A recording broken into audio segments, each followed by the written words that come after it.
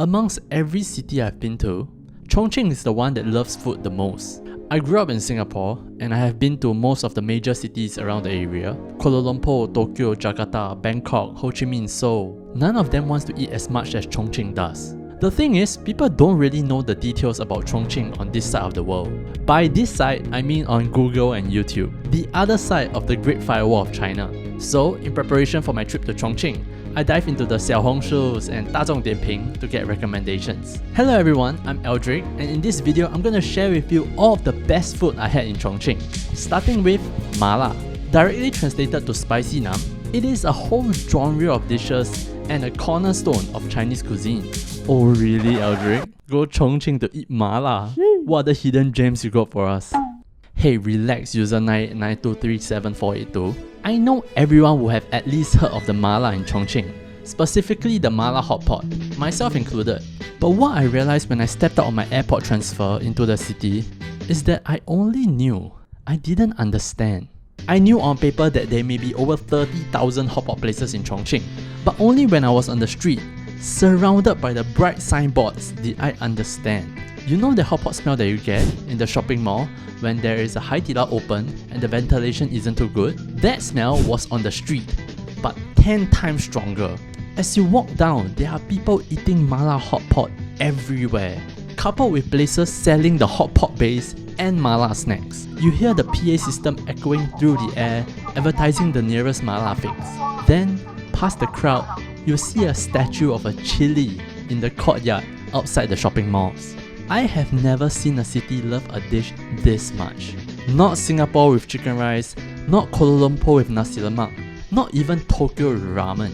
It's like a drug or religion. I had hotpot 3 times during my stay in Chongqing, the best of which was at Jianghu near解放碑. From the first mouthful, I was smitten, intoxicated.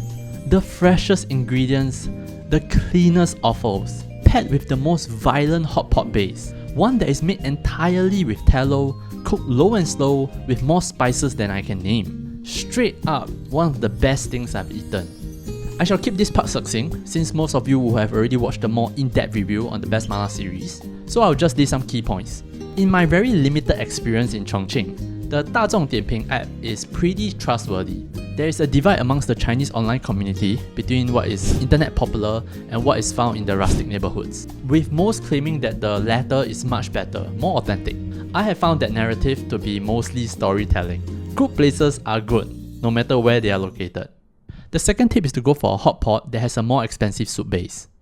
The alleged dark secret to this dish is that some places recycle the hot pot base after the customer is done eating, so as to be more profitable. If you are not comfortable with that, take a look at their prices on 大众点评 or Meituan before making a trip down. You may be tempted to look for the best hot pot when you're in Chongqing, but I'm convinced that no one, not even the people who live there, has the answer. Let me help frame it for you. Imagine if you took every hawker center in Singapore, there are about 13,000 of them as of 2023, double that and make all of them sell the same dish. Do you think you will be able to find the best one? I know I can't. The good news, however, is that many of the hot pots in Chongqing are very, very good. The difficulty of finding the best hot pot in Chongqing is matched only by the impossibility of finding the best Chongqing Xiao Mian. You can find these stores almost everywhere, with their plastic chairs laid out along the street, thus also giving them the name Banteng Mian. You order your noodles, bring them with you, sit on one chair and use the other as a table. I ate this dish twice during my stay, and honestly, it's alright. Oh? Did you think this was one of those YouTube videos where everything was, oh my god, so good? You must be new here. Everybody say hi. Okay, let me clarify. It's still a great noodle dish, but I highly suspect that you can get something similar at your nearest Chinatown. Maybe even make it at home with the right condiments. Also, I learned that Chongqing Xiao Mian is actually the most basic version in the family of noodle dishes, kinda like a basic burger with no cheese. I would recommend going for the Wan Zha Mian, the same noodle but with a scoop of mushy yellow peas, giving the sauce a more satisfying body. And add some braised beef while you're at it, why not? The romantic opinion is eating the noodles on the plastic chairs gives the authentic street food experience, but the romance in me died long ago. These stores normally have nice sturdy tables inside. I'd rather use those. So Eldrick, is that all the mala there is? That doesn't seem like a... Let me introduce you to Jiang Hu Cai, the coolest sounding dish name, even cooler than oyakodon. Jianghu directly translates to rivers and lakes, but its meaning is more like the society or the world. Cai means dish, so Jiang Hu Cai refers to dishes that you need to know how to make if you're stepping out into the culinary world as a chef. These dishes aren't necessarily all mala, but let's talk about the mala ones first. I tried the 辣子鸡, 双椒牛肉 and 招牌鱼 at杨记隆府, and they were terrific. So were the 热拌 and 凉拌 dishes at 人和水上飘. Again, all these were already covered in a previous video, so I shan't make you guys watch this part like it's one of those forced anime flashbacks. Instead, I will highly recommend both places and take some questions from the floor. Yes, you. Their average spiciness is about this spicy. If you're an average spicy eater from Southeast Asia, meaning nasi lemak chili and chicken rice chili are warm to you, you'll enjoy yourself. Next question. Perfect actually. I packed pochai's pills and everything, but I chanced upon a miracle drink called 牛油果酸奶紫米露 by 一只酸奶牛. This is an avocado yogurt drink with purple rice, kinda like a lassi, and it's sold everywhere by this chain of yogurt drink stalls. The three ingredients in this drink, avocado, yogurt, and rice, are exactly what you need when you eat too much spicy food. And it worked a treat. That and the daily 15,000 steps. Next question. Yes, I did. I thought it was pretty funny. At first I thought they were speeding cameras. Then I realized there was no way those cars were speeding. But if it was for surveillance, surely current cameras are capable of getting a decent image without a freaking flash. It's almost like it was there for intimidation, like Big Brother is watching kind of thing. Okay, one last question before we move on to the next dish. I would recommend visiting another city. But if you really want to see the pandas, I would recommend going to Shanghai. But if you really have to see Tiansheng Sanqiao, the three amazing limestone arches, I would recommend the greatest pork trotter dish of all time, Tihua. I got mine at Fan Ba Tuo.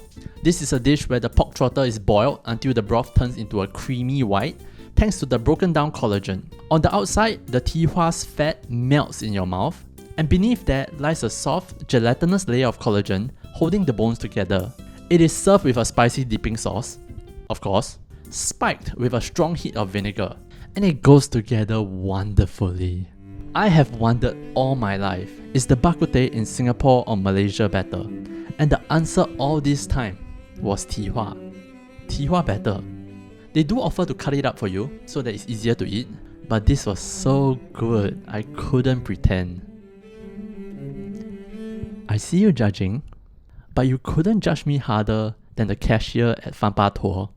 I visited this place on my first night in Chongqing, right after touching down, so I haven't gotten my Alipay set up yet.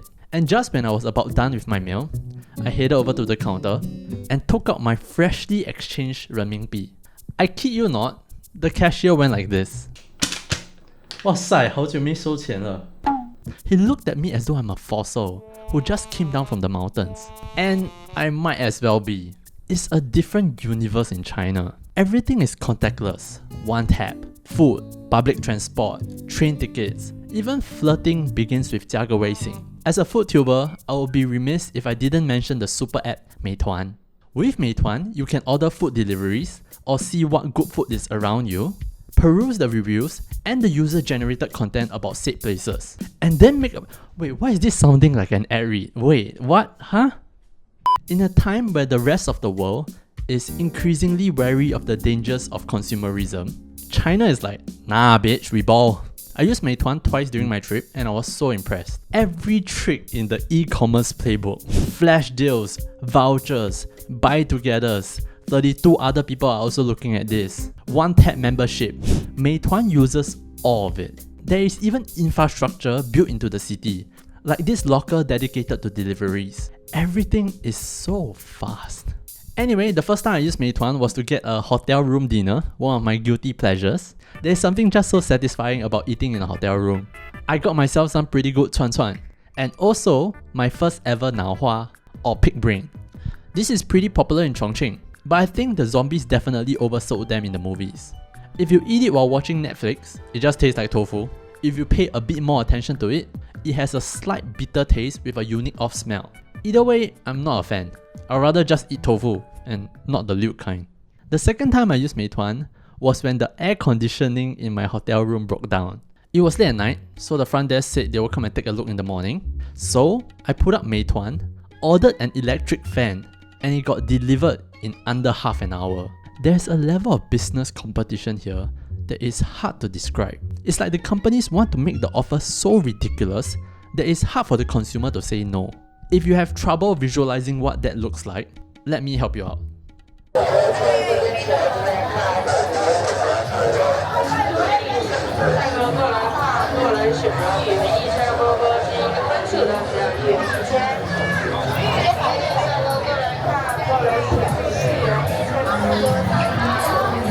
This is the extra volume, by the way. Can you hear me? This is our next stop, Guan桥好吃街. Probably the most internet famous food establishment in all of Chongqing. There are plenty of such gourmet food streets in Chongqing. Guan Qiao is the most popular of the lot. It has, well, basically anything you would expect to find in Chongqing. From chuan chuan to roasted rabbit, duck, mala tang, cai peng, various drink stalls, local snacks, traditional hot pots, miniature This video will be 10 minutes longer if I name everything. I tried the chuan chuan, the viral mashed potatoes, and one of the lemon teas, and they were all pretty decent. Okay, maybe seeing all of this as consumerism is a tad too pessimistic. After all, it's not like the city's love for food is entirely fueled by money. I was in a cab from 落日野茶集 to 解放碑 after I was done shooting the Jiang Hu Cai video when the 6 PM news came on. 他们家的烧饼都是现烤的，芝麻烧饼很香，但是和陕西那种烧饼不一样，不是酥脆的口感。另外，它的饸饹面居然是饸饹肠子现压的，好难得。 Prime time news, and we are talking F&B. I heard and saw many things on my Chongqing trip, but this was the one that convinced me of the city's love for food. Chongqing has been likened to the night city in Cyberpunk, and it's not difficult to see the resemblance. The bright neon lights beaming across the city, the constant surveillance at every traffic junction, the dystopian consumerist utopia, having a PA system relentlessly selling something to you in the background, the constant code scanning wherever you go, the fucked up driving culture, the drug that everyone seems to be on. There is but one key difference. There are no bad endings for foodies in this city. And that's all I have for you guys this time. Thank you all for watching. I'll see you in the next video. Bye!